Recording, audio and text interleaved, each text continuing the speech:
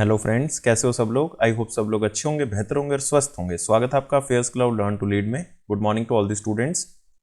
तो आज हम डिस्कस करेंगे वीकली क्विज, मतलब हम वीकली करंट अफेयर्स करेंगे। और आज हम दिसंबर का सेकंड सप्ताह करेंगे, मतलब 9 से लेके 16 दिसंबर तक के करंट अफेयर्स को हम आज कवर करेंगे। तो वीडियो बहुत ही इंपॉर्टेंट होने वाला है, तो वीडियो को बिल्कुल लास्ट तक जो है आपने जरूर देखना है।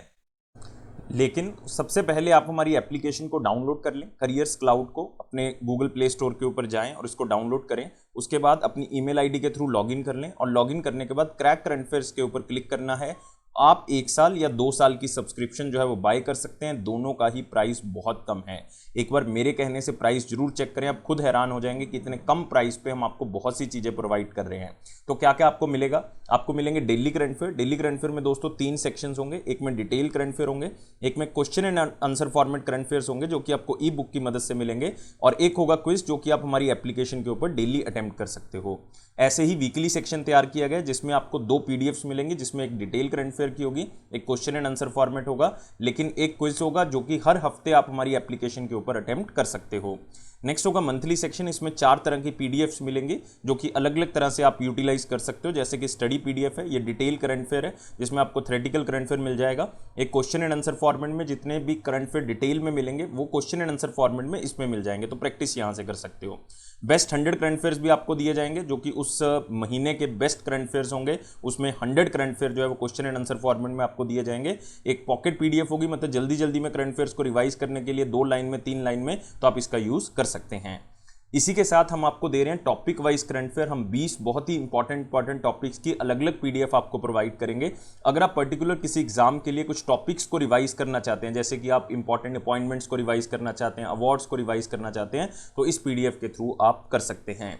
अगर आप बैंकिंग स्टूडेंट है, बैंकिंग एग्जाम की तैयारी कर रहे हैं, तो हम आपको 3 अलग चीजें प्रोवाइड करेंगे, जिसमें बैंकिंग एंड इकोनॉमी से रिलेटेड डिटेल करंट अफेयर, उसी से related question and answer format current affair आपको पीडीएफ में मिल जाएगा, और बैंकिंग एंड इकोनॉमी का क्विज भी आप अटेम्प्ट कर सकते हो। हर महीने अटेम्प्ट कर सकते हो हमारी एप्लीकेशन के ऊपर। और अगर जितना भी करंट अफेयर अभी तक हो चुका है, जैसे मान लो आपका एग्जाम जो है वो 30 मई को है, तो 29 मई तक जितना भी करंट अफेयर हो चुका है वो सारा का सारा एक ही पीडीएफ से रिवाइज करने के लिए उसी साल का आप एग्जाम पीडीएफ का यूज कर सकते हैं। आपको डिटेल में बजट और इकोनॉमिक सर्वे दिया जाएगा। इसमें आपको 2 चीजें मिलेंगी, एक तो डिटेल, एक क्वेश्चन एंड आंसर फॉर्मेट में भी हम आपको बताएंगे कि कौन कौन से क्वेश्चन बजट और इकोनॉमिक सर्वे से बनाए जा सकते हैं। और अगर आप किसी भी स्टेट एग्जाम की तैयारी कर रहे हैं तो हम आपको हर स्टेट का, हर यूनियन टेरिटरी का करंट अफेयर भी अलग से प्रोवाइड करते हैं। तो ये सारी चीजें दोस्तों अलग अलग नहीं, सिर्फ एक ही सब्सक्रिप्शन में आपको मिलेंगी। सिर्फ आप हमारी एप्लीकेशन को डाउनलोड करें, क्रैक करंट अफेयर्स के ऊपर क्लिक करके उसको सब्सक्राइब करें। उसके बाद जो है वो आप 10% एक्स्ट्रा डिस्काउंट भी ले सकते हो, वो मिलेगा आपको अगर आप इस कोड का यूज करोगे ASH10 का। लेकिन किसी भी तरह की क्वेरी है तो इस ईमेल आईडी पे हमें मेल कर सकते हैं, इस नंबर पे हमें कांटेक्ट भी कर सकते हैं। तो स्टार्ट करते हैं वीकली करंट अफेयर्स, और आज हम दूसरा सप्ताह डिस्कस कर रहे हैं दिसंबर का, 9 से लेकर 16 दिसंबर तक, जिसमें पहला क्वेश्चन है, दिसंबर 2022 में स्वामी इन्वेस्टमेंट फंड आई को कुछ पैसा सरकार की तरफ से दिया गया है ताकि जिन्होंने घर खरीदा हुआ है उनको कुछ सहूलत हो सके। तो ये 5000 करोड़ का जो पैसा है वो सरकार ने इसके अंदर इन्वेस्ट किया है। बेसिकली जो स्वामी इन्वेस्टमेंट फंड है इसको देखता है SBI कैपिटल वेंचर्स लिमिटेड। होता क्या है कि जिन्होंने घर खरीदा हुआ है लोन के ऊपर और वो लोन वापस नहीं कर पा रहे, तो उनकी सहूलत के लिए ये फंड जो है वो बेसिकली बनाया गया है। तो इसलिए इसमें अब टोटल अमाउंट जो है 15,530 करोड़ रुपए हो चुकी है, और ये माना जा रहा है कि लार्जेस्ट कैपिटल रेस जो है वो इस फंड के अंदर की गई है पिछले कुछ सालों के अंदर। तो स्वामी का यहाँ पे मतलब बेसिकली क्या है, special window for affordable and mid income housing. तो स्वामी को कैटेगरी 2 अल्टरनेटिव इन्वेस्टमेंट फंड के अंदर रखा गया है। इसको सितंबर 2019 में लॉन्च किया गया था union finance minister Nirmala Sitharaman ji की तरफ से। अगले क्वेश्चन के ऊपर आते हैं, कौन से पॉइंट इसमें से इनकरेक्ट हैं अगर आरबीआई की रिसेंटली जो बाई मंथली मॉनेटरी पॉलिसी आई है उसको ध्यान से देखें। तो एक बार पढ़ लेते हैं इन पॉइंट्स को, जिसमें पहला है, आरबीआई ने जो gross domestic product growth rate है वो कम कर दिया है। मतलब पहले 7.2% था, फिर इन्होंने पिछली मॉनेटरी पॉलिसी के अंदर 7% कर दिया, लेकिन अब इन्होंने 6.8% कर दिया फाइनेंशियल ईयर 23 का जो ग्रोथ रेट आरबीआई की तरफ से प्रेडिक्ट किया गया। बहुत इंपॉर्टेंट है क्योंकि इससे क्वेश्चन पूछा जा सकता है। और मॉनेटरी पॉलिसी कमेटी ने रेपो रेट को बढ़ा दिया 35 बेसिस पॉइंट, मतलब 0.35% जो है वो रेपो रेट को बढ़ा दिया। पहले 5.90 था, अब 6.25 कर दिया है। ये बात बिल्कुल सही है, लेकिन रिवर्स रेपो के अंदर कोई चेंज नहीं किया गया। जो रिवर्स रेपो है वो 3.35% ही है।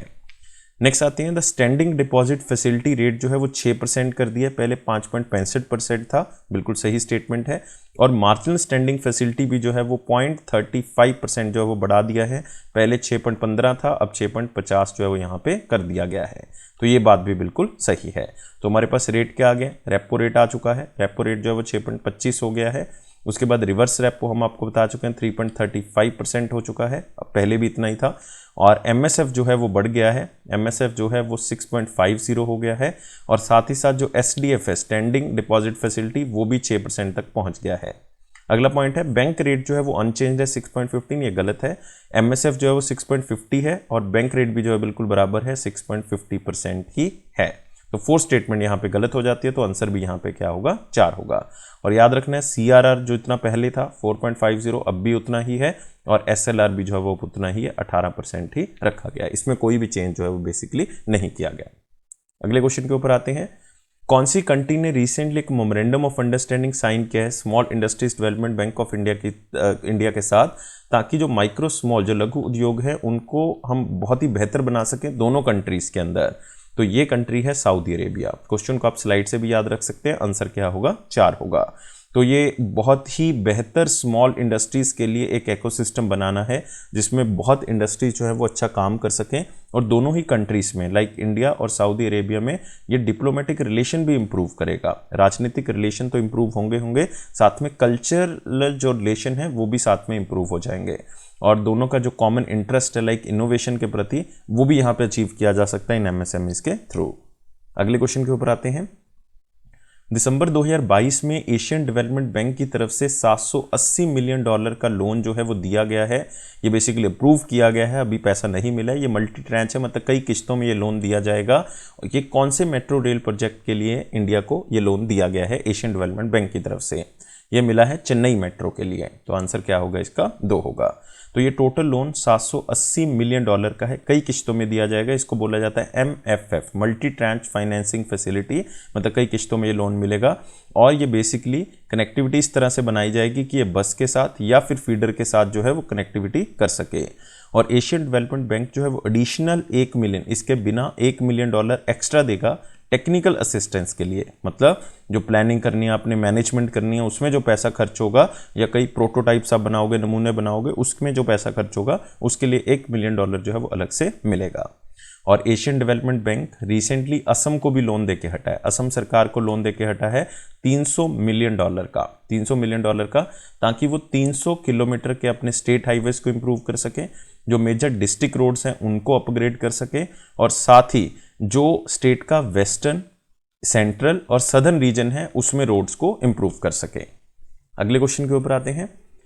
किसको recently time magazine 2022 person of the year का खिताब दिया गया? मोस्ट इंपॉर्टेंट क्वेश्चन है दोस्तों, इसको मोस्ट इंपॉर्टेंट में मार्क कर लो। और साथ ही साथ याद रखना है टाइम मैगजीन का 2022 पर्सन ऑफ द ईयर दिया गया है व्लादिमीर ज़ेलेंस्की को। तो आंसर क्या होगा, 3 होगा। कौन है ये है प्रेसिडेंट यूक्रेन के। तो ये आप कह सकते हो कि उस पर्सन को बेसिकली दिया जाता है जो लगातार 12 महीने जो हैं वो इतना लाइक न्यूज़ में रहा हो कि लोग उनसे इन्फ्लुएंस हुए, उनसे प्रभावित हुए हों, तो उनको times magazine 2022 person of the year का खिताब दिया गया। क्योंकि यूक्रेन और रशिया की वॉर चल रही है, तो अभी भी जो व्लादिमीर ज़ेलेंस्की उन्होंने हार नहीं मानी, किसी तरह से अब भी लड़ रहे हैं, तो इसलिए उनको ये खिताब जो है वो दिया गया है। और भी फाइनलिस्ट थे जिसमें चाइना के शी जिनपिंग का नाम था, एलन मस्क का नाम था। एलन मस्क 2021 में विनर थे इस time magazine 2021 person of the year का। और यूनाइटेड स्टेट की सुप्रीम कोर्ट भी जो है इसमें शामिल थी, लेकिन जो जीते हैं वो एक ही हैं, व्लादिमीर ज़ेलेंस्की। अगले क्वेश्चन के ऊपर आते हैं। कौन सी स्टेटमेंट करेक्ट है इसमें से? अगर हम 19th एनुअल फोर्ब्स लिस्ट देखें, जो कि वर्ल्ड की 100 मोस्ट पावरफुल वुमेन की लिस्ट जो है वो रिलीज की गई है, वर्ल्ड की 100 मोस्ट पावरफुल वुमेन। तो एक बार पढ़ लेते हैं स्टेटमेंट को, देख लेते हैं कौन सी इसमें सही है। उर्सुला वॉन देर लेयन जो कि जर्मनी से बिलोंग करती हैं, उसने इसके अंदर पहला रैंक हासिल किया है। और क्रिस्टाइन लगार्ड जो हैं, जो कि फ्रांस से बिलोंग करती हैं, उन्होंने दूसरा रैंक जो है वो इसमें हासिल किया है। तो अपने याद रखना है टोटल इस लिस्ट के अंदर 11 बिलियनियर्स जो हैं वो हैं इस लिस्ट के अंदर, और 115 बिलियन डॉलर की उनकी नेटवर्थ है। और इसमें 10 हेड हैं स्टेट के और 39 सीईओज जो हैं वो इसमें शामिल किए गए हैं, जिसमें पहला स्थान किसका है? उर्जुला वॉन देर लेयन जर्मनी से बिलोंग करते हैं, उनका पहला स्थान है। क्रिस्टाइन लगार्ड जो कि फ्रांस से हैं, सेकंड रैंक उनका है। और तीसरा रैंक इसमें जो दिया गया है वो कमला हैरिस को दिया गया है। कमला हैरिस जो कि यूनाइटेड स्टेट्स की वाइस प्रेसिडेंट है, तीसरा रैंक है। तो पहली स्टेटमेंट सही है। 6 इंडियंस जो हैं वो शामिल किए गए हैं, जिसमें एक union minister finance Nirmala Sitharaman ji भी हैं, जिनका रैंक 30th है। यहाँ पे ये गलत है, उनका रैंक 36th है। पूरी लिस्ट के अंदर उनका रैंक 36th है, और वो छठी बार जो है लगातार इस लिस्ट के अंदर शामिल हुई हैं। तो ये बात यहाँ पे गलत हो जाती है, तो स्टेटमेंट को आपने करेक्ट करना है। नेक्स्ट, और इंडियंस कौन कौन से? जैसे निर्मला सीतारमन है, उनका रैंक 36th है। निर्मला सीतारमन के बाद हमारे पास नाम आता है रोशनी नडार का। रोशनी नडाल मल्होत्रा चेयरपर्सन है HCL टेक्नोलॉजी की, उनका 53rd रैंक है, 53rd रैंक है। इसके बाद आती है मदाबी पुरी। मदाबी पुरी जो है वो फर्स्ट फीमेल चेयरपर्सन है securities and exchange board of India की, उनका 54th रैंक है, 54th रैंक। फिर आता है सोमा मंडल का नाम, सोमा मंडल चेयरपर्सन है सेल की, उनका 67th रैंक है। फिर आता है किरण मजूमदार शाह, वो फाउंडर हैं, चेयरपर्सन भी हैं बायोकॉन लिमिटेड की, उनका 77th रैंक है। और फाल्गुनी नायर भी हैं, जिनका रैंक 89th है। तो आप देख सकते हो ये स्टेटमेंट बिल्कुल सही है। तो इसका मतलब टोटल 6 इंडियंस हैं जो इसमें लिस्टेड हैं। और टॉप कौन करती है? निर्मला सीतारमन, 36th रैंक है उनका। तो आंसर क्या होगा? बोथ 1 और 3, क्योंकि हमने करेक्ट स्टेटमेंट ढूंढनी थी, तो आपने याद रखना है इसको। अगले क्वेश्चन के ऊपर आते हैं। दिसंबर 2022 में दीना आर्सिलिया बोलुआर्ते ज़गैरा को फर्स्ट फीमेल प्रेसिडेंट बनाया गया कौन सी कंट्री का? पहली महिला प्रेसिडेंट, और ये राष्ट्रपति बनी है पेरू की। आंसर क्या होगा इसका? 3 होगा। तो वाइस प्रेसिडेंट थी फिलहाल ये पेरू की, लेकिन अब क्या बन चुकी है? प्रेसिडेंट। नाम है दीना आर्सिला, और फर्स्ट महिला राष्ट्रपति जो है बनी है पेरू की। इससे पहले जो प्रेसिडेंट थे वो थे पेद्रो कैस्टिलो। उनको अब रिमूव कर दिया है, कांग्रेस में से निकाल दिया गया है, मतलब उनकी जो असेंबली है उसमें से निकाल दिया है। लोगों ने उनके खिलाफ प्रोटेस्ट कर दिया था। तो उन्होंने कोशिश भी की थी कि हम असेंबली को डिसॉल्व कर दें, तो एक हम पूरी गवर्नमेंट को कंट्रोल कर लेंगे, लेकिन उससे पहले ही जो है वो क्या कर दिया गया? उनको रिमूव कर दिया गया। तो दीना आर्सिला जो है वो 60 साल की हैं, एक वकील हैं, और पहली महिला प्रेसिडेंट है आप कह सकते हो पूरे पेरू की। 200 साल की उनकी हिस्ट्री है इंडिपेंडेंट रिपब्लिक की, उसमें पहली महिला जो प्रेसिडेंट बनी है। इससे पहले वो वाइस प्रेसिडेंट बनी थी जब पेद्रो कैस्टिलो जो है वो प्रेसिडेंट बने थे 2021 के इलेक्शंस में। अगले क्वेश्चन के ऊपर आते हैं। दिसंबर 2022 में किसको अपॉइंट किया गया chair of the business 2020 India by government of India? तो बहुत ही इंपॉर्टेंट क्वेश्चन है, क्योंकि गवर्नमेंट ऑफ इंडिया की तरफ से एन चंद्रशेखरन को अपॉइंट किया गया, जो कि चेयरपर्सन है टाटा सन्स के। वो चेयर ऑफ बिजनेस रहेंगे, मतलब B20 इंडिया के रहेंगे, जो कि बिजनेस एजेंडा को लीड करेंगे G20 समिट के अंदर जितनी भी होंगे, क्योंकि G20 प्रेसिडेंसी अभी इंडिया के पास है। 1 दिसंबर से इंडिया के पास है 2022 से, अब ये 30 नवंबर 2023 तक रहेगी। तो एन चंद्रशेखरन सारे के सारे बिजनेस एजेंडा को लीड करेंगे G20 प्रेसिडेंसी में, ये मतलब होता है चेयर ऑफ बिजनेस का। फिर आता है कौन सी ऑर्गेनाइजेशन को इस बिजनेस 20 का इंडिया का सेक्रेटरीट बनाया गया? बेसिकली वहां पे ये सारे लोग बैठेंगे, और ये बनाया गया कॉन्फेडरेशन ऑफ इंडियन इंडस्ट्री। तो यहां से आंसर क्लियर है, क्या होगा? 2 होगा। तो याद रखना है यहां पे confederation of Indian industry B20 India का सेक्रेटरीट रहेगा, जो कि लीड करेगा B20 इंडिया प्रोसेस को, और ये 1 दिसंबर से ही इन्होंने चार्ज जो है वो ले लिया है CII ने। अगले क्वेश्चन के ऊपर आते हैं। उस कंपनी का नाम बताना है जिसने एक मेमोरेंडम ऑफ अंडरस्टैंडिंग साइन किया है इसरो के साथ, इंडियन स्पेस रिसर्च ऑर्गेनाइजेशन के साथ, ताकि एक स्पेस टेक्नोलॉजिकल इनोवेशन नेटवर्क जो है वो लॉन्च किए जा सकें। और ये हमारे पास आप कह सकते हो कि एक स्टार्टअप है जिसका नाम है सोशल अल्फा। आंसर क्या होगा? 4 होगा। तो ये इंडिया का फर्स्ट डेडिकेटेड प्लेटफॉर्म है जो कि इनोवेशन के ऊपर फोकस करेगा, जो कि वेंचर डेवलपमेंट के ऊपर फोकस करेगा, साथ में स्पेस एंटरप्रेन्योर्स को बढ़ाएगा, स्पेस बिजनेसेस को आगे बढ़ाएगा। तो जो स्पिन नेटवर्क है, मतलब स्पेस टेक इनोवेशन नेटवर्क है, ये फर्स्ट इनोवेशन चैलेंज है जो कि एप्लीकेशंस के थ्रू लोगों से स्टार्टअप्स को स्पेस के अंदर लेके आने की बारे में कहेगा, खास करके मैरीटाइम डोमेन के अंदर, लैंड ट्रांसपोर्टेशन के अंदर, अर्बनाइजेशन के अंदर। तो ये सारे स्टार्टअप्स को आगे लेके जाने के लिए इस स्पेस टेक इनोवेशन नेटवर्क को बनाया गया। किसकी मदद से? सोशल अल्फा की मदद से। अगले क्वेश्चन के ऊपर आते हैं।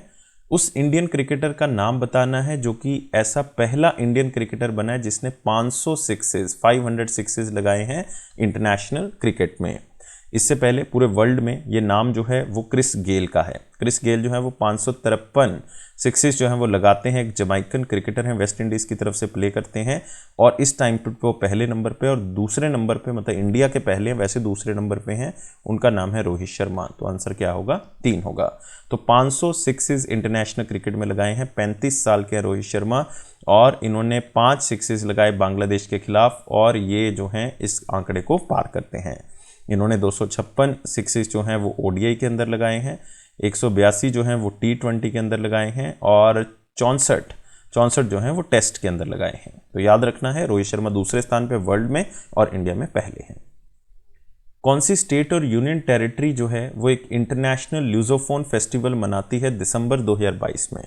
ल्यूजोफोन फेस्टिवल ये बहुत ही फेमस फेस्टिवल है गोवा का।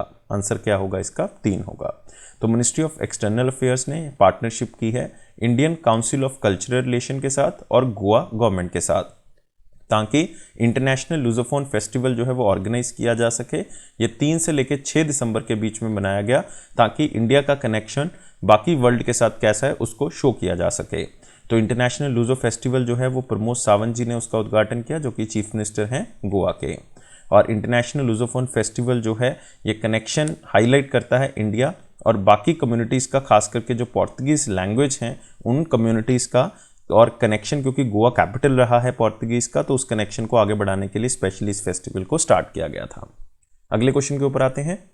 दिसंबर 2022 में ministry of new and renewable energy की तरफ से रूफटॉप सोलर प्रोग्राम का डेट जो है वो बढ़ा दिया है।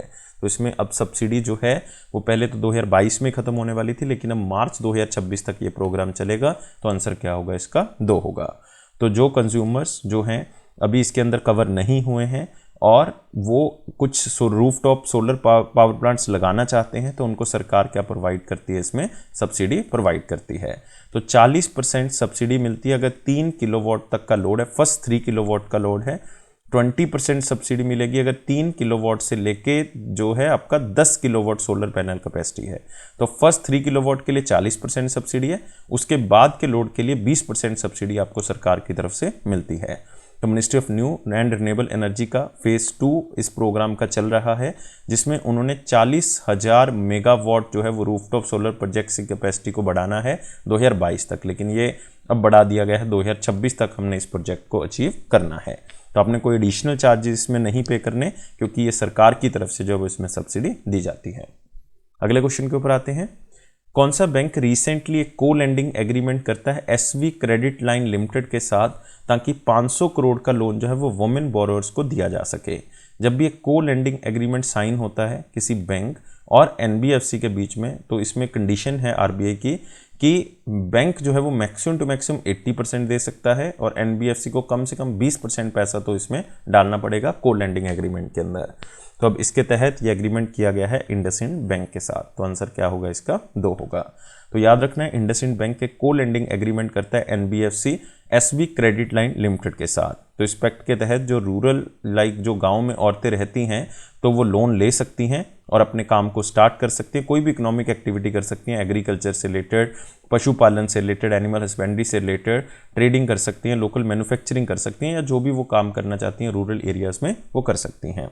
तो यहाँ पे जो एसवी क्रेडिट लाइन लिमिटेड है ये सिर्फ वुमेन को ही पैसा देता है। ये मतलब खास एक इसकी बात है कंपनी की कि ये सिर्फ वुमेन कस्टमर्स को ही पैसा देते हैं, और वो भी उन औरतों को जिनकी इनकम जो है बहुत ही कम है, लो इनकम सेगमेंट से आते हैं, मतलब 1,25,000 से कम है एक साल के अंदर रूरल एरिया में और 2 लाख से कम है अर्बन एरियाज़ में, देन उनको ये पैसा दिया जाता है। अभी ये 130 जिलों में, पूरे इंडिया में 130 डिस्ट्रिक्ट्स में, जो कि 10 स्टेट्स कवर करती हैं, उसमें इनकी 227 ब्रांचेस है, उसके थ्रू ये पैसा औरतों को प्रोवाइड कर रहे हैं। अगले क्वेश्चन के ऊपर आते हैं। कौन सा पोर्टल है जो रिसेंटली इंडिया का पहला प्राइवेट मार्केट इंडेक्स लॉन्च करता है, ताकि जो प्राइवेटली ट्रेडेड सिक्योरिटीज़ हैं उनको हम मेज़र कर सकें, उनके ऊपर भी निगाह रख सकें? और ये है हमारे पास stocks.in या stockx.in। तो stockx.in जो कि इंटरनेट यूटिलाइज्ड सिक्योरिटीज़ पोर्टल है, तो वो लॉन्च करता है एक ऐसा इंडिया का फर्स्ट प्राइवेट मार्केट इंडेक्स जिसमें आपको ये पता लग जाएगा कि जो प्राइवेटली ट्रेडेड सिक्योरिटीज़ है वो कितना चेंज आ रहा है उसमें। तो इन्होंने लॉन्च किया चेंज परसेंटेज, ताकि ये पता लग सके कितना वॉल्यूम है उसका, कितना पैसा उसमें जा रहा है या कितना उसमें ट्रेड जो है वो किया जा रहा है। सिंपल क्वेश्चन है, स्लाइड से भी याद रख सकते हैं। अगले क्वेश्चन के ऊपर आते हैं। उस कंट्री के प्राइम मिनिस्टर का नाम बताना है जिनको recently global ambassador for diabetes चुना गया है इंटरनेशनल डायबिटिक फेडरेशन की तरफ से। और ये प्राइम मिनिस्टर हैं प्राइम मिनिस्टर बांग्लादेश की, और इनका नाम है शेख हसीना। तो आंसर क्या होगा इसका? 3 होगा। तो याद रखना आपने, ग्लोबल एम्बेसडर फॉर डायबिटीज जो हैं वो बनाई गई हैं शेख हसीना, प्राइम मिनिस्टर हैं बांग्लादेश की। और वर्ल्ड डायबिटीज कांग्रेस एक हुई है 2022 में, इसकी मीटिंग हुई है कहाँ पे? लिस्बन के अंदर, जो कि कहाँ पे? पोर्तुगल में। तो वहाँ पे ये अनाउंसमेंट की गई है। और प्राइम मिनिस्टर शेख हसीना पहली ग्लोबल एम्बेसडर हैं डायबिटीज की। और शेख हसीना जो हैं वो प्राइम मिनिस्टर रह चुकी हैं बांग्लादेश की 3 बार। 1996 से लेकर 2001 तक रह चुकी हैं, फिर 2009 से लेकर 14 तक रह चुके हैं, और 2014 से अब तक जो हैं वो आप कह सकते हो कि यहाँ पे प्राइम मिनिस्टर हैं बांग्लादेश की।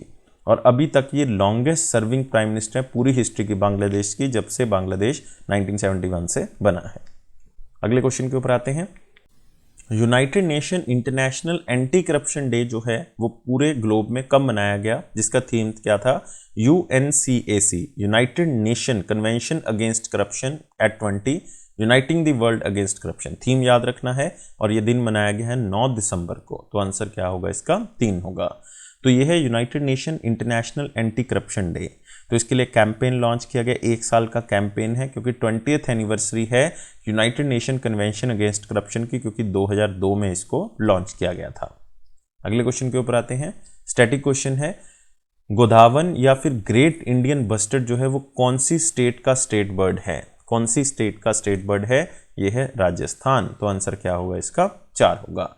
तो ग्रेट इंडियन बस्टर्ड जो कि स्टेट बर्ड है राजस्थान का, उसको क्रिटिकली इंडेंजर्ड कैटेगरी के अंदर डाल दिया है IUCN की तरफ से, या फिर international union for conservation of nature की तरफ से। तो एक बड़ा आप कह सकते हो पक्षी है जो कि राजस्थान वाले एरिया या गुजरात वाले एरिया में पाया जाता है। और सुप्रीम कोर्ट ने भी स्पेशली कहा है कि प्रोजेक्ट ग्रेट इंडियन बस्टर्ड जो है उसका रिव्यू लिया जाना चाहिए। उसने 3 मेंबर की कमेटी बनाई है इस प्रोजेक्ट के लिए, ताकि क्योंकि अंडरग्राउंड केबल्स जो हैं वो बिछाई जा रही हैं, तो उसकी फिजिबिलिटी चेक करनी है कि इसके ऊपर कोई इम्पैक्ट तो नहीं हो रहा, इस पक्षी को कोई नुकसान तो नहीं हो रहा। तो इसलिए जो है वो ये 3 मेंबर की कमेटी बनाई गई है। अब इसका मेन मकसद यही है कि ग्रेट इंडियन बस्टर्ड को हम क्या कर सकें? बचा सकें। और सुप्रीम कोर्ट ने स्पेशली ये भी कहा है कि ग्रेट इंडियन बस्टर्ड प्रोजेक्ट जो है वो चलाना चाहिए, जैसे प्रोजेक्ट टाइगर चलाया था 1973 में, और हमने टाइगर्स को बचाया था। अगले क्वेश्चन के ऊपर आते हैं। कौन सी ऑर्गेनाइजेशन ने 5th एडिशन लॉन्च किया है ग्लोबल एंटी माइक्रोबियल रेजिस्टेंस का और यूज सर्वेलेंस सिस्टम का, जिसको ग्लास रिपोर्ट भी बोला जाता है, जिसमें पाया गया कि 50% से ऊपर जो है वो लाइफ थ्रेटनिंग बैक्टीरियल इन्फेक्शन, जो कि बैक्टीरिया से इन्फेक्शन होती है जिससे जान जा सकती हैं, अब वो ट्रीटमेंट से रेजिस्टेंस हासिल कर चुके हैं। मतलब उनको ट्रीटमेंट से भी जो है वो ठीक करना मुश्किल हो सकता है। और ये रिपोर्ट स्पेशली दी है वर्ल्ड हेल्थ ऑर्गेनाइजेशन की तरफ से। तो आंसर क्या होगा इसका? 3 होगा। तो इसका मतलब है कि अब ये अनट्रीटेबल सिकनेस बन जाएगी, मतलब ट्रीट नहीं किया जा सकता, क्योंकि बैक्टीरियल इन्फेक्शन ऐसी हो चुकी हैं जो कि रेजिस्टेंट हो चुकी हैं, उन दवाइयों का रेजिस्टेंस हो चुकी है, कोई असर जो है वो दवाई का नहीं हो रहा। तो एंटी माइक्रोबियल रेजिस्टेंस से पूरा जो नेचर है वो खतरे में है, पूरा मैनकाइंड जो है वो खतरे में है, पूरा मैनकाइंड जो है वो इसमें खत्म हो सकता है। तो 5th टाइम ये इस रिपोर्ट को दिया गया था, जिसको ग्लास रिपोर्ट जो है वो बेसिकली बोला जाता है। अगले क्वेश्चन के ऊपर आते हैं। कौन सी कंपनी है जिसने रिसेंटली एक होम लोन स्कीम स्टार्ट की है, जिसका नाम है रोशनी। ये Tier 1 और Tier 2 सिटीज़ के लिए स्टार्ट की गई है, और इसमें लोन जो है वो 5 लाख रुपए से लेके 30 लाख रुपए तक का लोन जो है वो दिया जाएगा। प्रोजेक्ट का नाम क्या है? रोशनी। और ये स्टार्ट किया है Punjab national bank housing finance limited की तरफ से। तो आंसर क्या होगा? 4 होगा। टारगेट क्या है? Housing for all. ये सेंट्रल गवर्नमेंट का टारगेट है, उसी को अचीव करने में PNB हाउसिंग फाइनेंस का एक कदम जो है वो आगे बढ़ाया है। अगले क्वेश्चन के ऊपर आते हैं। कौन से पॉइंट इसमें से सही हैं? अगर 2022 की ह्यूरॉन ग्लोबल 500 लिस्ट देखें जो पब्लिश की गई है, तो एक बार पढ़ लेते हैं कि कौन सी इसके अंदर चीज़ें जो है वो ऐड की गई हैं। 2022 ह्यूरॉन ग्लोबल 500 जो है वो उसमें 20 कंपनी जो है वो शामिल हैं, 500 इंपॉर्टेंट वैल्यूएबल कंपनीज के अंदर। तो ये बिल्कुल सही बात है कि 500 में से 20 कंपनीज जो हैं वो इंडिया की हैं पूरे वर्ल्ड में। इंडिया जो है वो 5वें स्थान पे आ गया है 2022 में। अगर कंट्री वाइज देखें, पिछले साल जो है वो इंडिया का रैंक 9th रैंक था, क्योंकि उस समय 8 कंपनीज इसमें शामिल थी, लेकिन अब 20 कंपनी शामिल है, तो इंडिया का स्थान जो है वो कौन सा है इसमें, 5वां है। तो ये स्टेटमेंट भी बिल्कुल सही है। टाटा कंसल्टेंसी सर्विस जो है वो ऐसी इंडियन कंपनी है जो इंडिया में टॉप करती है, मतलब 20 में टॉप स्थान पे टाटा कंसल्टेंसी है। ये गलत है, क्योंकि टॉप स्थान किसका है, रिलायंस इंडस्ट्रीज लिमिटेड का है। तो रिलायंस इंडस्ट्रीज लिमिटेड ने इसमें टॉप किया है, और आप कह सकते हो पूरे ग्लोबल रैंक में उसका रैंक 34th है, 34th बिगेस्ट कंपनी है, और उसकी टोटल वैल्यूएशन $202 बिलियन है। लेकिन टॉप पे एप्पल कंपनी है जो कि इस चार्ट में टॉप करती है पूरे वर्ल्ड में, और उसकी $2.4 ट्रिलियन जो है बेसिकली वैल्यू है। और दूसरे साल लगातार जो है वो 4 बड़ी कंपनीज में, वर्ल्ड के बिग 4 कंपनीज कौन सी हैं, एप्पल है, माइक्रोसॉफ्ट है, अमेजॉन है और अल्फाबेट है। ये कंपनी जो है वो बिग 4 में शामिल की गई हैं, और ऐसी ओनली कंपनीज जो $1 ट्रिलियन वैल्यूज के साथ आ गए हैं। तो इसमें हमें पूछा था करेक्ट, तो थर्ड स्टेटमेंट तो गलत थी, तो आंसर क्या होगा, ओनली 1 और 2। अगले क्वेश्चन के ऊपर आते हैं। उस इंडियन पर्सनैलिटी का नाम बताना है जो कि बैडमिंटन वर्ल्ड फेडरेशन की तरफ से फीमेल पैरा बैडमिंटन प्लेयर का खिताब जिनको मिला है। तो बहुत ही इंपॉर्टेंट क्वेश्चन है, फीमेल पैरा बैडमिंटन प्लेयर की बात कर रहे हैं, मोस्ट इंपॉर्टेंट क्वेश्चन में मार्क कर लें इसको, और नाम है मनीषा रामादास। आंसर क्या होगा इसका, 4 होगा। तो ये अवार्ड की एक सेरेमनी की गई, कहाँ पे, बैंकॉक थाईलैंड के अंदर, जहाँ पे ये अवार्ड उनको दिया गया। तो मनीषा रामादास जो है वो गोल्ड मेडल जीतती हैं वुमेन सिंगल्स के अंदर 2022 में, जो बैडमिंटन वर्ल्ड फेडरेशन का पैरा बैडमिंटन का वर्ल्ड चैंपियनशिप हुआ था नवंबर 2022 में, और इनको नॉमिनेट किया गया 2 और इंडियंस के साथ, एक का नाम है मानसी जोशी और एक का नाम है नित्या श्री। और आपने याद रखना है, इनको 11 गोल्ड मेडल मिले हैं और 5 ब्रॉन्ज मेडल मिले हैं 2022 के अंदर।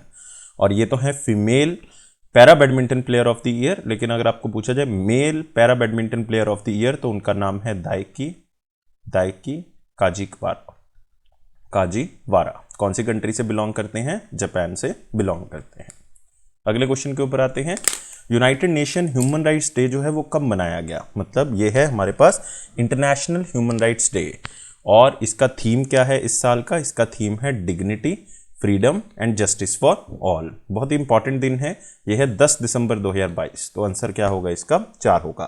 थीम आपको पूछा जा सकता है, इसको इंटरनेशनल ह्यूमन राइट डे भी बोला जा सकता है, वर्ल्ड ह्यूमन राइट डे भी इसको बोला जा सकता है।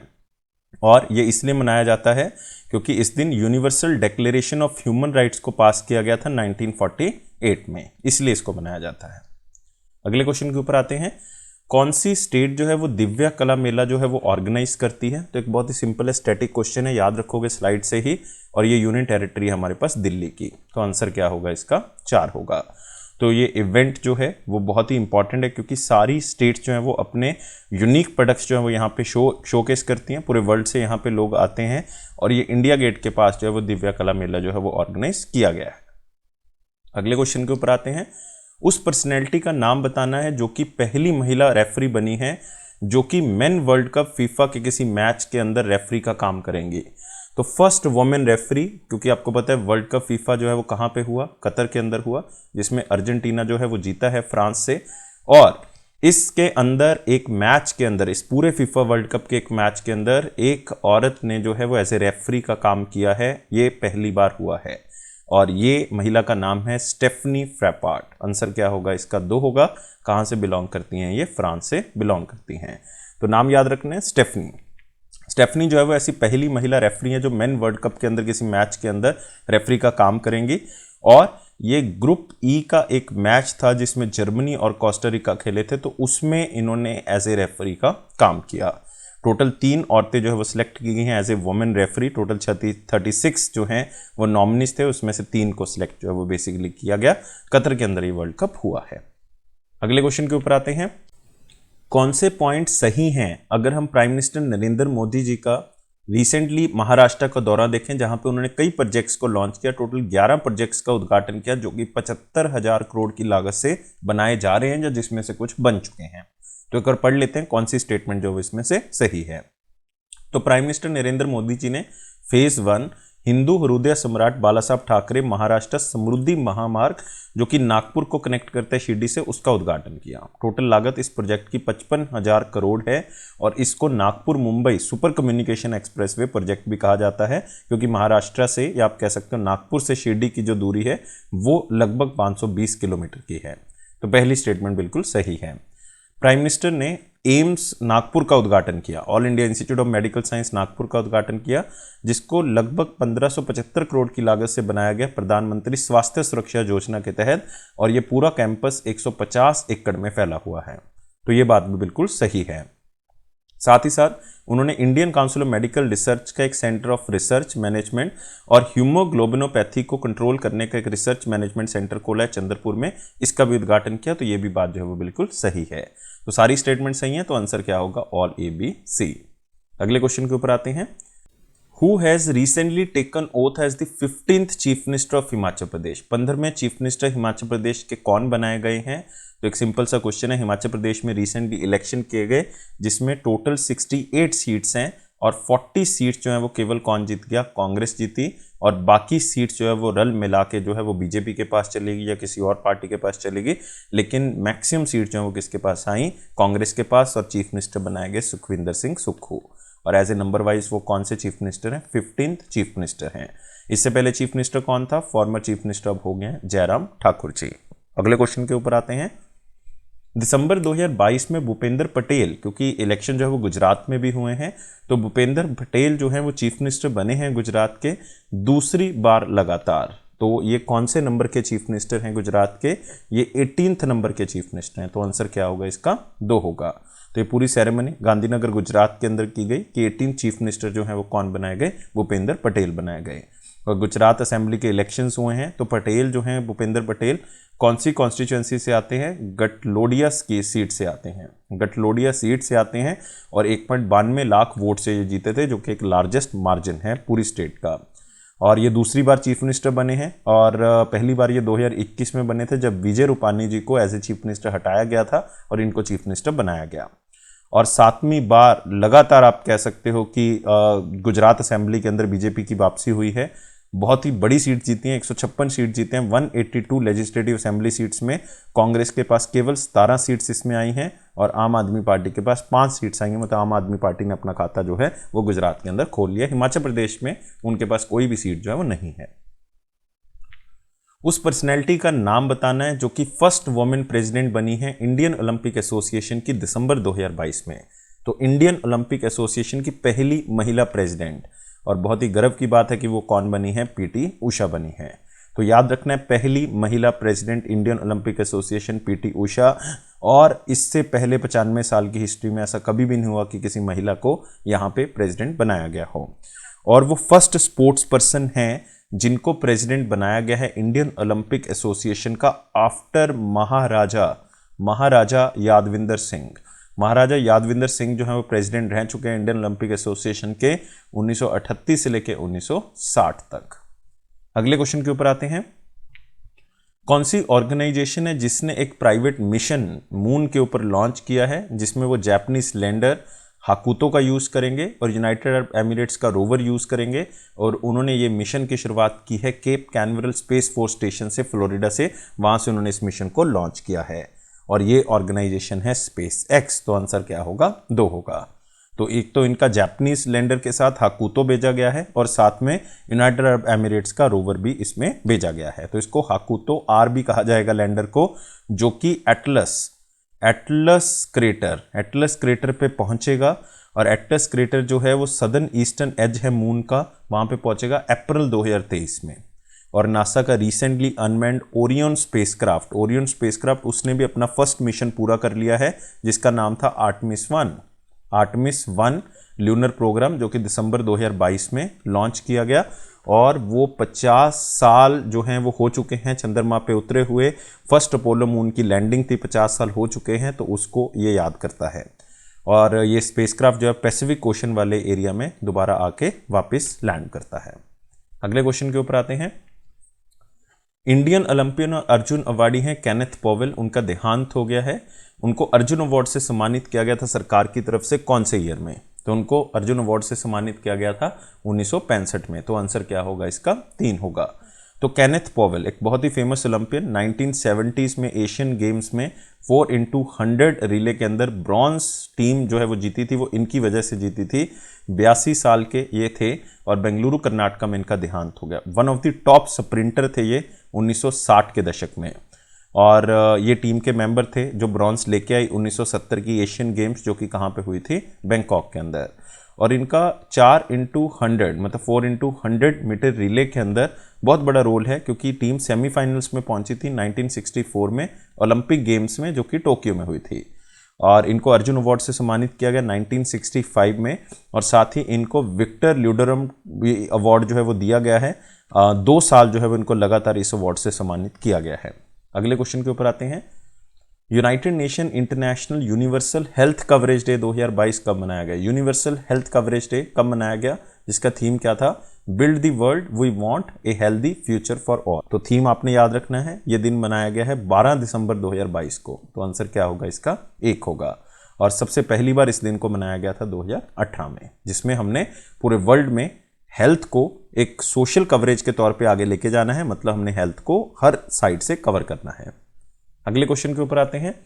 दिसंबर 2022 में राइस रोर रिवोल्ट या RRR जो कि किसकी तरफ से डायरेक्ट की गई है, उसको गोल्डन ग्लोब अवार्ड के लिए नॉमिनेट किया गया है।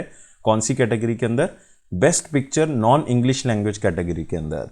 ये 2 कैटेगरी में बेसिकली नॉमिनेट हुई है, एक तो best picture non English language category और एक बेस्ट ओरिजिनल सॉन्ग कैटेगरी में भी इनको नॉमिनेट किया गया, और ये मूवी डायरेक्ट की है SS राजामौली की तरफ से। तो आंसर क्या होगा इसका? 4 होगा। और भी कई मूवीज़ हैं इस कैटेगरी के अंदर, जैसे कि कोरियन रोमांटिक मिस्ट्री मूवी है डिसीजन टू लीव, एक जर्मन एंटी वॉर ड्रामा है all quite on the western front, एक अर्जेंटीना की हिस्टोरिकल ड्रामा मूवी है अर्जेंटीना 1985, और एक फ्रेंच डच एक ड्रामा है जिसका नाम है क्लोज। तो इन सबके साथ जो है ये भिड़ेगी SS राजामौली की RRR, और देखते हैं कि गोल्डन ग्लोब अवार्ड उनको मिलता है या नहीं। अगले क्वेश्चन के ऊपर आते हैं। With which country Indian embassy ने एक 3 MOU साइन किए हैं ताकि हम कई डेवलपमेंटल प्रोजेक्ट उस कंट्री में बना सकें, स्पेशली उस कंट्री के लोगों की हेल्प करने के लिए, और ये 3 MOU साइन किए हैं नेपाल के साथ। तो आंसर क्या होगा इसका? 1 होगा।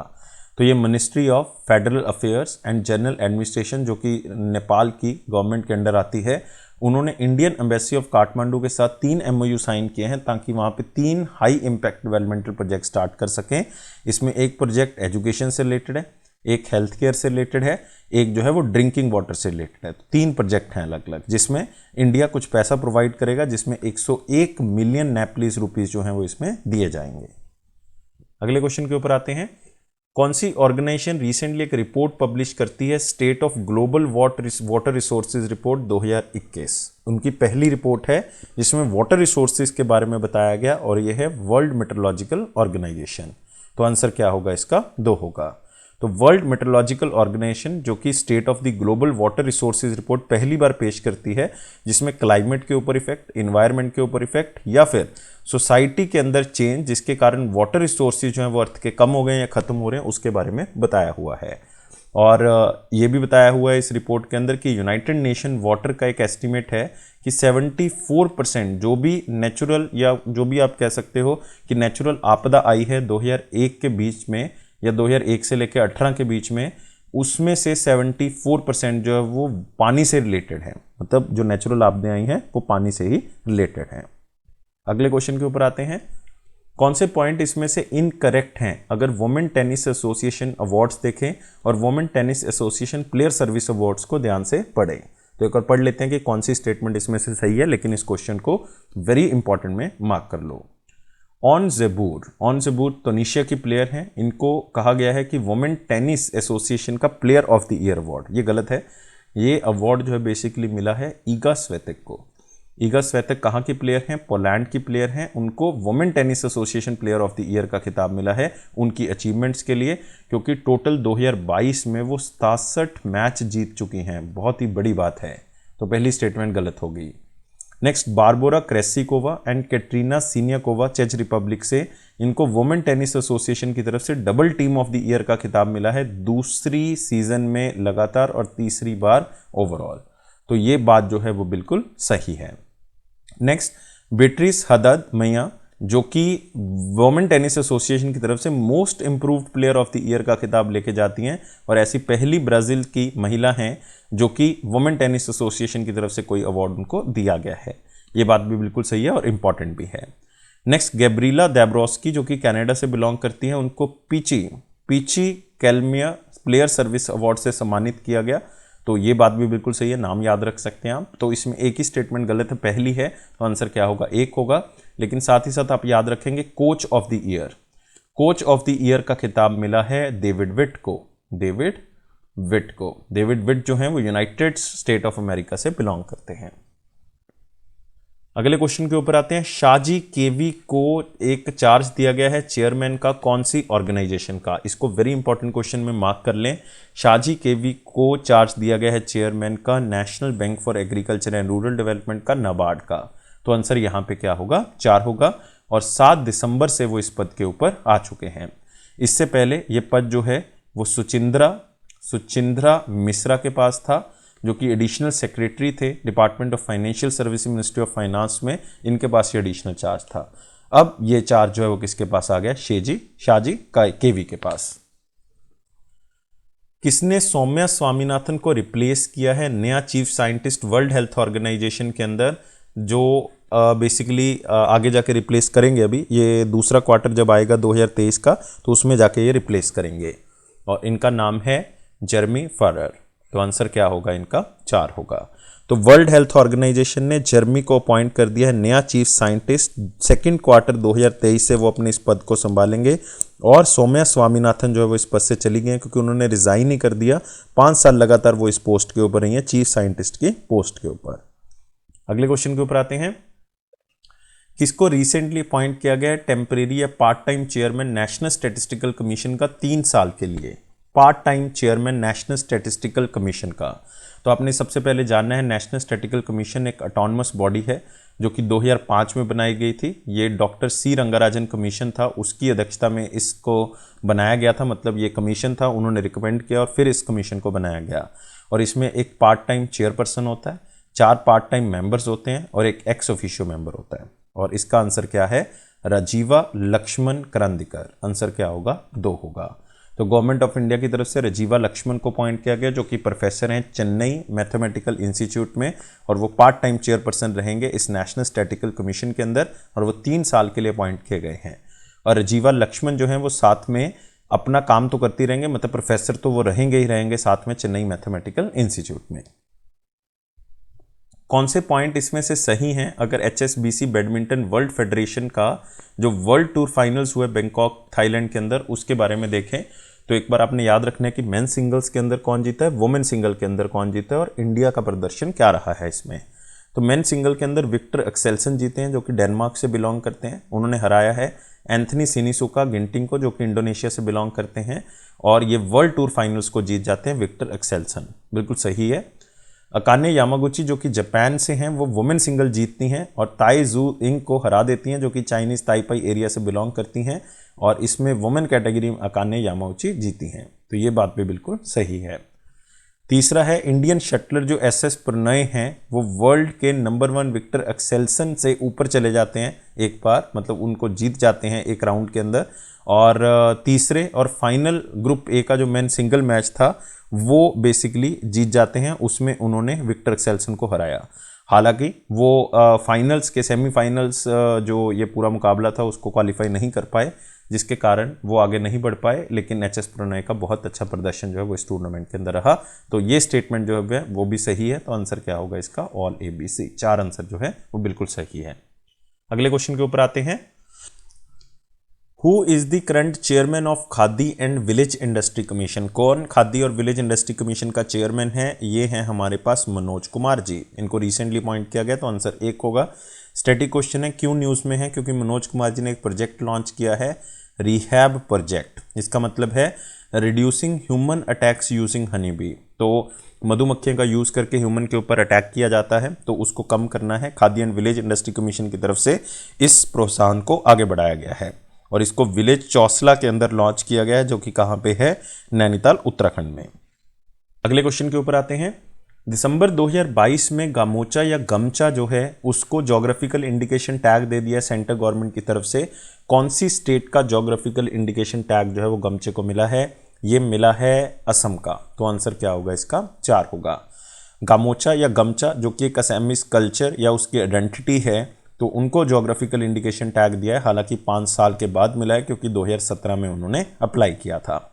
तो जोग्राफिकल इंडिकेशन टैग का मतलब ही ये है कि वो प्रोडक्ट वहाँ से ओरिजिनेट हुआ, वहाँ से स्टार्ट हुआ है, मैन्युफैक्चर होना स्टार्ट हुआ है, या वो कोई नेचुरल प्रोडक्ट भी हो सकता है, वो कोई एग्रीकल्चर प्रोडक्ट भी हो सकता है। तो गमचा एक हाथ से बुना हुआ आप कह सकते हो एक रेक्टेंगुलर क्लॉथ होता है जो आपने गले में कई बार देखा होगा पहना हुआ। उसके आसपास जो है वो रेड कलर की एक थोड़ी सी पतली सी दारी होती है और इसको इसी तरह से डिज़ाइन किया जाता है ताकि छोटे टावल की तरह उसको यूज़ जो है वो किया जा सके। अगले क्वेश्चन के अंदर आते हैं। उस कंट्री का नाम बताना है जिसने रिसेंटली एक जॉइंट डिक्लेरेशन साइन किया है माइग्रेशन को लेके और साथ में मोबिलिटी को लेके इंडिया के साथ। मतलब इधर उधर जाने के लिए और माइग्रेशन के लिए एक एग्रीमेंट साइन हुआ है, ये फिनलैंड के साथ साइन हुआ है। तो आंसर क्या होगा इसका? 1 होगा। तो intent on migration and mobility के ऊपर ये एग्रीमेंट साइन हुआ है ताकि माइग्रेशन को हम किसी तरह से एक नेचुरल वे में प्रमोट कर सकें। और इंडिया और फिनलैंड का दोनों का रिलेशन बहुत ही अच्छा रहा है और साथ में हम कई चीज़ें कॉमन शेयर कर रहे हैं, जैसे कि फ्रीडम हो गया, डेमोक्रेसी हो गया, ह्यूमन राइट्स की रिस्पेक्ट हो गया। इन सारे आइडियाज़ के ऊपर हमारा स्टैंड और फिनलैंड का स्टैंड जो है बराबर है और मोस्ट ऑफ द कंट्रीज़ का स्टैंड जो है वो बराबर है। और 2022 में प्राइम मिनिस्टर नरेंद्र मोदी जो हैं वो फिनलैंड की प्राइम मिनिस्टर सना मारिन के साथ मिलके भी आए थे। सेकेंड इंडिया नॉर्डिक समिट थी कोपेनहेगन डेनमार्क के अंदर, तो वहाँ पे उनकी मुलाकात हुई थी। अगले क्वेश्चन के ऊपर आते हैं। इकोनॉमिस्ट इंटेलिजेंस यूनिट की अगर रिपोर्ट देखें जो कि world wide cost of living index है जो कि दिसंबर में रिलीज़ किया गया, उसके अकॉर्डिंग कौन सी शहर जो हैं वो सबसे महंगे शहर हैं रहने के लिए? तो ये रिपोर्ट सबसे पहले याद रखना है, world wide cost of living index, ये किसने जारी किया है? इकोनॉमिक इंटेलिजेंस यूनिट की तरफ से जारी किया गया और सबसे महंगे शहर में शामिल है सिंगापुर और न्यूयॉर्क। दोनों का रैंक बराबर है, तो आंसर क्या होगा इसका? बोथ 1 और 2। तो सबसे महंगे शहर न्यूयॉर्क जो है वो इसमें टॉप करता है सिंगापुर के साथ। न्यूयॉर्क जो है वो पहली बार टॉप करता है इसमें सिंगापुर के साथ, जबकि सिंगापुर जो है वो 8 बार इसमें टॉप कर चुका है पिछले 10 सालों के अंदर। और तेल अवीव जो कि पिछली बार जो है वो सबसे टॉप पे था, इस बार जो है वो कौन से स्थान पे? 3रे स्थान पे है। और क्या इंडिया के शहर भी इसमें शामिल है? इंडिया के शहर जो बहुत पीछे हैं, मतलब हम सस्ते शहरों में से आते हैं, जैसे कि अहमदाबाद हो गया, चेन्नई हो गया, बेंगलुरु हो गया, तो ये सस्ते स्थानों में से आता है क्योंकि अहमदाबाद का रैंक जो है वो 165 है, चेन्नई का रैंक 164 है और 161 है। तो इंडिया में सबसे सस्ता शहर जो अगर आप इस लिस्ट के अंदर देखोगे वो अहमदाबाद आएगा। लेकिन पूरे वर्ल्ड में जो सबसे सस्ता शहर है वो कौन सा माना गया है? वो डमेस्कस माना गया है। डमेस्कस जो है वो सीरिया के अंदर है और उसका रैंक जो है 172 है, लास्ट रैंक है मतलब। और उसके बाद त्रिपोली आ जाता है, लीबिया का 171 है। उसके बाद तेहरान आ जाता है, ईरान का 170 रैंक है। तो इंडिया का भी बहुत पीछे 165 है, लेकिन ये अच्छी बात है कि हम ऐसे शहरों में रह रहे हैं जहाँ पे चीज़ें सस्ती हैं। अगले क्वेश्चन के ऊपर आते हैं। गवर्नमेंट ऑफ इंडिया ने रिसेंटली कुछ अमाउंट रीपे किया है, लगभग 1100 करोड़ रुपया जो है वो एक ऑर्गेनाइजेशन का दिया है। उस ऑर्गेनाइजेशन का नाम बताना है और उस ऑर्गेनाइजेशन का नाम है एशियन डेवलपमेंट बैंक। और 29 करोड़ रुपया इन्होंने जर्मनी का एक बैंक है जिसका नाम है KfW, उसको पैसा दिया है क्योंकि बेसिकली इंडियन गवर्नमेंट ने Infrastructure Leasing and Financial Services के लोन के गारंटी के अंदर साइन किए हुए थे। तो एज ए रिकवरी जो है इस बैंक ने 29 करोड़ रुपया भारत सरकार से लिया है। तो इसका मतलब आंसर क्या होगा? एशियन डेवलपमेंट बैंक और 29 करोड़। तो आंसर यहाँ पे क्या होगा? 1 होगा। तो याद रखना है गवर्नमेंट ऑफ इंडिया ने रीपे किया है बेसिकली 1100 करोड़ के लगभग एशियन डेवलपमेंट बैंक का और 29 करोड़ के लगभग जो है वो दिया है KfW बैंक का, क्योंकि उन्होंने गारंटीज पूरी की हैं Infrastructure Leasing and Financial Services की। लोन गारंटीज जो है वो इंडियन गवर्नमेंट के पास थी, तो इसलिए पैसा इंडियन गवर्नमेंट से रिकवर किया गया है। उस पर्सनैलिटी का नाम बताना है जिसको recently CEO chief executive officer बनाया गया है ऑर्गेनाइजिंग कमेटी का, जो कि 2032 की ओलंपिक और पैरालंपिक गेम्स को देखेंगे ब्रिस्बेन ऑस्ट्रेलिया के अंदर। और ये पर्सनैलिटी कौन है? सिंडी हुक। तो आंसर क्या होगा इसका? 2 होगा। तो याद रखना है सिंडी हुक अमेरिकन एग्जीक्यूटिव हैं, इनको अपॉइंट किया गया CEO ऑर्गेनाइजिंग कमेटी का 2032 की ओलंपिक और पैरालंपिक जो कि ब्रिस्बेन ऑस्ट्रेलिया में होने वाली हैं। और आपको पता ही है कि जो अभी होंगी 24 की वो पेरिस में होनी है, और 2028 की लॉस एंजल्स में होंगी, और 2032 की ऑस्ट्रेलिया ब्रिस्बेन में होंगी। इससे पहले भी ऑस्ट्रेलिया 2 बार जो है वो समर ओलंपिक्स को होस्ट कर चुका है, एक बार मेलबर्न में 1956 में, एक बार सिडनी में। एग्जैक्ट ईयर कौन सा था उसका? 2000, जब उन्होंने होस्ट किया था। और ब्रिस्बेन को कन्फर्मली अब होस्ट डिक्लेयर कर दिया गया 2032 का, क्योंकि 138वां सेशन इंडियन ओलंपिक कमेटी का हुआ था लंदन के अंदर। वहाँ पे ये डिसाइड किया गया था कि हम जो हैं वो ब्रिस्बेन को क्या बनाएंगे? होस्ट कंट्री बनाएंगे। अगले क्वेश्चन के ऊपर आते हैं। नेशनल एनर्जी कंजर्वेशन डे जो है वो कब मनाया गया? नेशनल एनर्जी कंजर्वेशन डे जो है वो 14 दिसंबर को मनाया गया। तो आंसर क्या होगा इसका? 3 होगा। और इसका सप्ताह भी मनाया गया है 14 दिसंबर से लेकर 20 दिसंबर के बीच में। तो ये आप याद रखोगे थोड़ा सा। और नेशनल एनर्जी कंजर्वेशन डे जो है वो एक ऑर्गेनाइजेशन है जो मनाती है, जिसका नाम है BEE, bureau of energy efficiency. और पहली बार इस दिन की शुरुआत की गई थी कौन से ईयर में? 1991 के अंदर। और द्रौपदी मुर्मू जी चीफ गेस्ट रही हैं इस पूरे इवेंट का, जो कि स्पेशली ऑर्गेनाइज किया गया था इस दिन को आगे बढ़ाने के लिए। कौन सी कंट्री जो है वो टॉप सप्लायर बनी है इंडिया की इराक को रिप्लेस करके? क्योंकि ऑयल सबसे ज़्यादा जो है वो हमने वहाँ से लिया है नवंबर के महीने में। इराक से हमने इतना जो ऑयल है वो नहीं लिया। और ये कंट्री कौन सी है? रशिया। तो आंसर क्या होगा इसका? 1 होगा। क्वेश्चन स्टैटिक है क्योंकि 23% शेयर जो है वो टोटल सिर्फ किसका है? रशिया का। और पिछले महीने के भी कंपैरेटिव देखें अक्टूबर के मुकाबले, तो 4% जो है वो हमने और बढ़ा दिया रशिया से ऑयल लेना। अगले क्वेश्चन के ऊपर आते हैं। ज्योग्राफिकल इंडिकेशन टैग जो है वो रिसेंटली दिए गए हैं गवर्नमेंट ऑफ इंडिया की तरफ से 9 नए प्रोडक्ट्स को दिसंबर में। और 9 के 9 प्रोडक्ट्स याद करने की जरूरत नहीं, आप अपना स्टेट वाइज भी याद कर सकते हैं। अब टोटल इंडिया में कितने ज्योग्राफिकल इंडिकेशन टैग्स हो चुके हैं? टोटल टैग्स हो चुके हैं 432। तो आंसर यहाँ पे क्या होगा? 4 होगा। 432 टैग हो चुके हैं, जिसमें एक आप कह सकते हो कि तंदूर रेतग्राम है तेलंगाना का, गमचा है असम का, हम बात कर चुके हैं। एक वाइट अनियन है अलीबाग वाइट अनियन, जो कि कहाँ का है? महाराष्ट्र का है। तो इस तरह से टोटल 9 ज्योग्राफिकल इंडिकेशन टैग जो हैं वो दिए गए हैं। और 9 ज्योग्राफिकल इंडिकेशन में से जो 5 हैं वो सिर्फ कौन सी स्टेट के हैं? केरला के हैं। और ज्योग्राफिकल इंडिकेशन 432 पहुंच चुके हैं। 401 थे, फिर अब जो हैं वो 432 हो चुके हैं। तो बहुत ज़्यादा संख्या जो बढ़ चुकी है। और इसमें आपने याद रखना है कि 432 में से 401 जो हैं वो इंडियन ओरिजिन प्रोडक्ट्स हैं, और इसमें जो 31 हैं वो फॉरेन ओरिजिन प्रोडक्ट्स हैं। अगले क्वेश्चन के ऊपर आते हैं। उस मिनिस्ट्री का नाम बताना है जिसने रिसेंटली सेंट्रली स्पॉन्सर्ड स्कीम को आगे बढ़ाया है, जिसका नाम है scheme of development of particularly vulnerable tribal groups, जिसमें हमने कोई ट्राइबल है, कोई आदिवासी ग्रुप है, उसकी डेवलपमेंट के लिए इस स्कीम को चलाया गया है। और इसमें कोई शक ही नहीं है कि कौन सी मिनिस्ट्री चलाएगी? मिनिस्ट्री ऑफ ट्राइबल अफेयर ने इसको स्टार्ट किया। तो आंसर क्या होगा इसका? 1 होगा। तो ये information specially minister of state की तरफ से दी गई है, जिनका नाम है विश्वेश्वर ताडू जी, और ये मिनिस्ट्री ऑफ ट्राइबल अफेयर्स के अंदर मिनिस्टर ऑफ स्टेट के पद पे बैठे हुए हैं। तो इसमें कल्चरल और हेरिटेज कम्युनिटी को बचाना है, जो कि स्पेशली वल्नरेबल ग्रुप हैं, और उनके जो कल्चर और हेरिटेज को बचाने की जिम्मेवारी है वो इस स्कीम के अंदर सरकार के पास है। क्योंकि इनकी पॉपुलेशन कम है, तो ये डर रहता है कि कहीं इनकी सभ्यता जो है वो खत्म ना हो जाए, तो इसलिए उसको बचाने की पूरी कोशिश जो है वो की जा रही है। कौन सा ऐसा इंडिया का शहर है जो पहली G20 फाइनेंस और सेंट्रल बैंक के डेप्यूटीज की जो मीटिंग है वो होस्ट करता है? क्योंकि इंडिया के पास प्रेसिडेंसी है G20 की। 1 दिसंबर से इंडिया के पास प्रेसिडेंसी है 2022 से, और ये खत्म होगी 30 नवंबर 2022 तक। उसमें कई मीटिंग्स इंडिया होस्ट करेगा, जिसमें पहली मीटिंग थी G20 finance and central bank deputies की, और ये मीटिंग हुई है बेंगलुरु कर्नाटका में। आंसर क्या होगा इसका? 2 होगा। तो इस मीटिंग को को चेयर किया है, सेक्रेटरी हैं अजय सेठ डिपार्टमेंट ऑफ इकोनॉमिक अफेयर्स के, और डिप्टी गवर्नर हैं doctor Michael Patra reserve bank of India के। तो उन्होंने इस मीटिंग को को चेयर किया है। और इंडिया के पास प्रेसिडेंसी, और थीम क्या है? वासुदेवा कुटुंबकम, मतलब 1 अर्थ 1 फैमिली 1 फ्यूचर। अगले क्वेश्चन के ऊपर आते हैं। दिसंबर 2022 में dash became India's first carbon neutral power exchange. तो एक स्टैटिक क्वेश्चन स्लाइड से याद कर लें, और यह है इंडियन एनर्जी एक्सचेंज। तो आंसर क्या होगा इसका? 3 होगा, क्योंकि ये एक एडवाइजरी फर्म है, एक एडवाइजरी ऑर्गेनाइजेशन है, जो कि first carbon neutral power exchange जो है वो बना रही है। ये ट्रेडेबल इंस्ट्रूमेंट्स को देखेगी और कार्बन एमिशन को कम करेगी। अगले क्वेश्चन के ऊपर आते हैं। कौन सी कंट्री को रिसेंटली रिमूव किया गया है United Nation commission on the status of women में से, जो कि एक वुमेन राइट बॉडी है United Nation economic and social council की। तो आपने याद रखना है इकोसॉक United Nation economic and social council ने ईरान को रिमूव कर दिया है। तो आंसर क्या होगा इसका? एक होगा। और कहां से रिमूव कर दिया है? United Nation commission on the status of women, जो कि एक वुमेन राइट्स बॉडी है। 2022 से लेकर 26 तक अब ईरान जो है वो इसका हिस्सा नहीं रहेगा।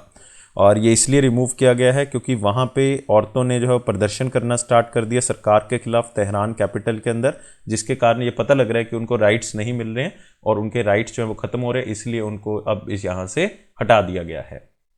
अगले क्वेश्चन के ऊपर आते हैं।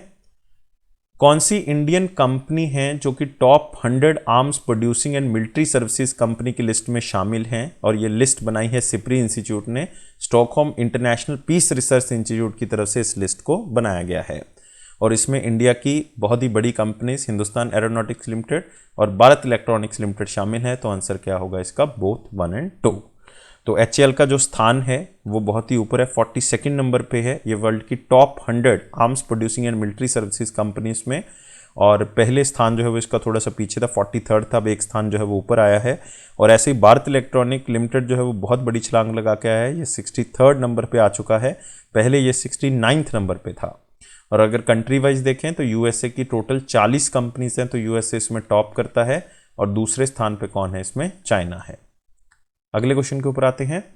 दिसंबर 2022 में इंडियन गवर्नमेंट की तरफ से श्रीलंका के सिटीजन जो इंडिया में रह रहे हैं उनको परमिशन दे दी है कि आप इंडिया में इतनी करेंसी इंडियन रुपीस में रख सकते हो, और ये है $10,000। तो आंसर क्या होगा? 4 होगा। मतलब आप कह सकते हो लगभग 8 लाख रुपए जो है वो श्रीलंकन सिटीजन जो है वो इंडिया की करेंसी में रख सकते हैं इंडिया के अंदर। मतलब इंडियन रुपी इवन श्रीलंका के अंदर यूज़ नहीं किया जा सकता, लीगल टेंडर नहीं है, लेकिन इंडिया में वो इतने पैसे जो है वो रख सकते हैं। तो इसलिए श्रीलंकन बैंक्स को कह दिया है कि आप जो है वो इंडियन बैंक्स के साथ एक INR नोस्त्रो अकाउंट जो है वो ओपन कर लें, ताकि वहाँ पे पैसा जमा करवाएं तो यहाँ पे पैसे जो हैं वो निकाले जा सकते हैं। तो इसलिए अब कह दिया कि ऑफशोर जो बैंकिंग यूनिट्स हैं वो परमिशन उनको ग्रांट कर दी है कि आप नॉन रेजिडेंट सेविंग, टाइम और डिमांड डिपॉजिट जो है वो एक्सेप्ट कर लेंगे। कौन सी कंपनी रिसेंटली पार्टनरशिप करती है Viasat के साथ ताकि सैटेलाइट इंटरनेट एक्सेसिबिलिटी मिल सके 2025 तक? और ये कंपनी है माइक्रोसॉफ्ट। तो आंसर क्या होगा इसका? 2 होगा। तो Viasat जो कि एक ग्लोबल सैटेलाइट कम्युनिकेशन कंपनी है, ये माइक्रोसॉफ्ट के साथ टाई अप करती है ताकि सैटेलाइट इंटरनेट एक्सेस जो है वो मिल सके 10 मिलियन लोगों को पूरे वर्ल्ड के अंदर, और 5 मिलियन लोग जिसमें से केवल कहाँ से बिलोंग करेंगे? अफ्रीका से 2025 तक। और ये पार्टनरशिप जो है वो माइक्रोसॉफ्ट का एक इनिशिएटिव है जिसको नाम दिया गया एयर बैंड इनिशिएटिव, जिसके अंदर कनेक्टिविटी को हमने इंप्रूव करना है और बढ़ाना है। और इसमें वर्ल्ड की लगभग 1/3 पॉपुलेशन, एक डाटा है जिसमें बताया गया कि 2.7 बिलियन, वर्ल्ड की 1/3 पॉपुलेशन के पास जो है वो इंटरनेट नहीं है, मतलब उन्होंने कभी भी इंटरनेट यूज़ नहीं किया। अगले क्वेश्चन के ऊपर आते हैं। उस पर्सनैलिटी का नाम बताना है जिसको एडिशनल चार्ज दिया गया चेयरमैन और मैनेजिंग डायरेक्टर का national hydro electric power corporation का, NHPC का। सिंपल क्वेश्चन है, नाम है राजीव कुमार बिश्नोई जी। तो आंसर क्या होगा? 3 होगा।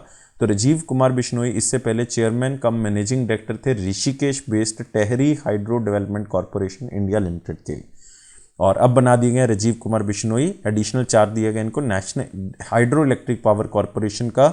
और इससे पहले इस पोजीशन पे कौन थे? यमुना कुमार जी। अगला आते हैं, कौन सी कंपनी जो है वो रिसेंटली ऑफिशियल पार्टनर बन जाती है फेडरेशन इंटरनेशनल दी हॉकी या इंटरनेशनल हॉकी फेडरेशन का, जो मेंस वर्ल्ड कप 2023 होना है उड़ीसा के अंदर। तो उसकी ऑफिशियल पार्टनर जो कंपनी बन गई है वो है टाटा स्टील। तो आंसर क्या होगा इसका? 1 होगा। और याद रखना है मेंस वर्ल्ड कप 2023 जो है वो भुवनेश्वर उड़ीसा के अंदर होना है, रुड़केला के अंदर भी होगा जो कि उड़ीसा के ही शहर हैं। और 2023 का ये एडिशन जो है वो 15th एडिशन है, इस चीज़ को याद रखना है। ये 13 जनवरी से लेकर 29 जनवरी के बीच में किया जाएगा। 16 कंट्रीज इसमें पार्टिसिपेट करेंगी। और इससे पहले भी इंडिया जो है वो 3 बार इस टूर्नामेंट को होस्ट कर चुका है। 1982 में किया था बॉम्बे में, 2010 में किया था इन्होंने नई दिल्ली के अंदर, और 2018 के अंदर किया था इन्होंने उड़ीसा के अंदर, लेकिन इस बार भी कहाँ पे है? उड़ीसा में। कौन से ईयर में नीरज चोपड़ा को पद्मश्री से सम्मानित किया गया था? एक सिंपल सा क्वेश्चन है, इसको मतलब आपने स्लाइड से ही याद रखना है। और इसी साल जो है वो इनको पद्मश्री से सम्मानित किया गया था। और ये इसलिए न्यूज़ में थे क्योंकि उसेन बोल्ट जो है वो वर्ल्ड एथलीट की लिस्ट में टॉप पे नहीं रहे हैं, टॉप पे आ गए हैं अब नीरज चोपड़ा। तो वो कहते हैं कि उसेन बोल्ट जो है वो 2017 में रिटायरमेंट ज़रूर ले गए थे, लेकिन इनका अभी भी जो आप कह सकते हो इनकी पर्सनैलिटी है, इनका नाम है, वो फीका नहीं पड़ा। क्योंकि 100 मीटर में और 200 मीटर में अब भी रिकॉर्ड जो है वो किसके नाम पे है? उसेन बोल्ट के नाम पे है। लेकिन अब उनका स्थान नीचे हो गया, टॉप पे कौन आ गया? नीरज चोपड़ा वर्ल्ड एथलेटिक्स के अंदर। अगले क्वेश्चन के ऊपर आते हैं, कौन सी स्टेट और यूनियन टेरिटरी ने एक ऑनलाइन विजिटर मैनेजमेंट सिस्टम जो है वो लॉन्च किया है जिसका नाम है स्वागतम? स्वागतम। और ये लॉन्च किया है किसने? जम्मू एंड कश्मीर ने। तो आंसर क्या होगा इसका? 2 होगा। तो जम्मू कश्मीर के चीफ सेक्रेटरी हैं अरुण कुमार मेहता जी, उन्होंने इसको लॉन्च किया है ऑनलाइन विजिटर मैनेजमेंट सिस्टम स्वागतम। और ये बेसिकली लगाया गया है सेक्रेटरीट के अंदर। और इस सिस्टम का मेन मकसद यही है कि जो भी लोग अपनी कोई प्रॉब्लम को सेक्रेटरीट के अंदर बताना चाहते हैं वो बता सकते हैं, रजिस्टर कर सकते हैं, पहले टाइम ले सकते हैं। तो इसलिए इसका नाम रखा गया है स्वागतम। जोग्राफिकल इंडिकेशन टैग की वैलिडिटी कितनी होती है? तो जोग्राफिकल इंडिकेशन के बारे में बात कर रहे थे। एक तो गमचा की बात की, असम का जोग्राफिकल इंडिकेशन टैग है। टोटल 432 जोग्राफिकल इंडिकेशन टैग हैं जिसमें से 9 अभी शामिल किए गए हैं और इसकी वैलिडिटी होती है 10 साल की। तो आंसर क्या होगा इसका? 3 होगा। उसके बाद रीन्यू करवाया जा सकता है। तो ये थे हमारे पास बहुत ही इंपॉर्टेंट करंट अफेयर्स। तो वीडियो को लाइक करें, शेयर करें और चैनल को सब्सक्राइब कर लें। इस वीडियो को देखने के लिए बहुत बहुत शुक्रिया। और आप हमारे हर प्लेटफॉर्म के साथ जुड़ सकते हैं, जैसे कि फेसबुक है, इंस्टाग्राम है, लिंक्डइन है, टेलीग्राम चैनल है। हर ऑफिशियल वीडियो आपको टेलीग्राम चैनल पे पता लगेगी, इसलिए उसको ज्वाइन कर लें डिस्क्रिप्शन बॉक्स लिंक से। Thank you guys, take care, bye bye.